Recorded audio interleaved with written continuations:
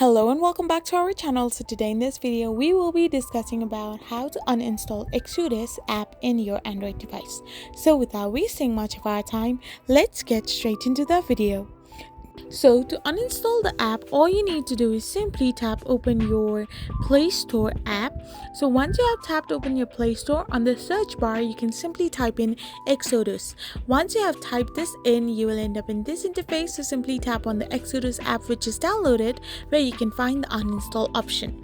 So you can even uninstall it from here, or you can come back to your home screen and tap hold the Exodus app, which will allow you to find the uninstall button.